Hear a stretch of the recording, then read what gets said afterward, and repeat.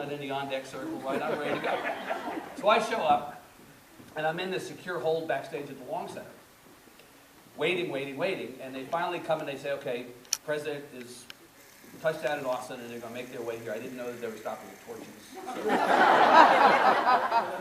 that was the delay. So I'm waiting, and then the advance guy comes over to me and he says, look, I got to give you a heads up about something. The President's not wearing a tie. You may want to think about... And my response was, not without an executive order. I would not do it. And the President shows up and indeed is dressed as the President was dressed yesterday in no tie, and I did feel a little bit like a narc or an FBI agent. But I thought, it's not dressed down Friday. I mean, it may be okay for him to not wear a tie, but I felt, and so that was a big, it was a little bit like a threw me off my game kind of thing. But my favorite part of this is what happened afterwards. So at the end of the deal, the President and I get up and he waves, everybody gets up and applauds, and we shake hands and we exchange words on stage, and then they whisk him, not surprisingly, but they whisk him off stage. And he was whisked somewhere else in the back of the Long Center. And the thing is that when you are getting ready to interview the President, everybody is really focused on you. Security's focused on you, advance is focused on you, everybody's just focused on you.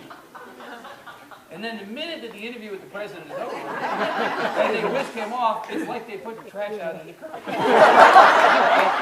fine. I don't have any problem. I had no illusions. My awesomeness was temporary. To the degree that there was any awesomeness. It was momentary. So I'm momentarily awesome, and then it's over, and then I'm literally backstage at the Long Center, and everybody's whisked off. Here's the problem. I couldn't get out. They're all whisked him off. And so I'm going, okay, where do I go? And I'm like wandering around trying to figure out where I go, and I don't want to go over here because this is the direction that the Secret Service is taking the President. And if I go over there, I'll get shot.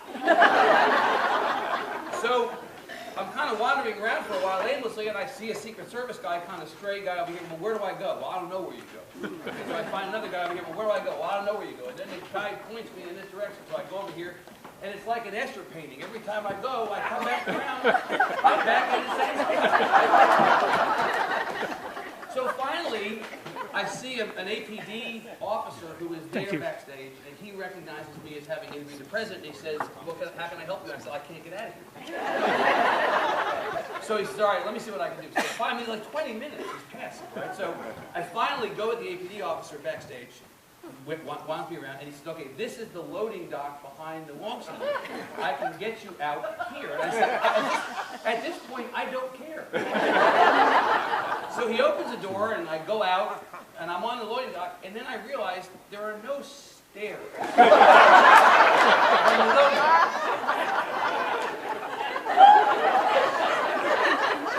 I am still dressed like this. So the next scene, if the security camera footage were available, what you would see is a person who just interviewed the President, not an hour before, jumping off of the loading dock behind the Long Center.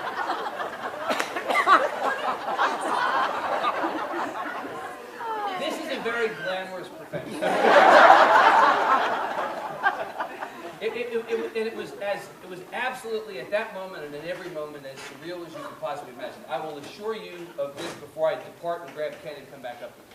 The President of the United States is every bit as kind, every bit as dignified, every bit as interesting and interested as you hear. You know, this. I read this David Brooks column. I don't have a political opinion, right, about it, left, right. I don't care. My job as a journalist is to stay at it. I will say this. The David Brooks column of a month ago that said, the nature of this political campaign, even though I disagree with this president completely, makes me miss him already because of the dignity and the personality and the bearing and everything else. I thought he's everything that you heard he was. He was, and in private, his bearing, his personality was every bit what you have heard. So I was heartened, despite the world that we live in. It was nice for a moment to have an opportunity to see the leader of the free world be a decent human being, which he absolutely was in private and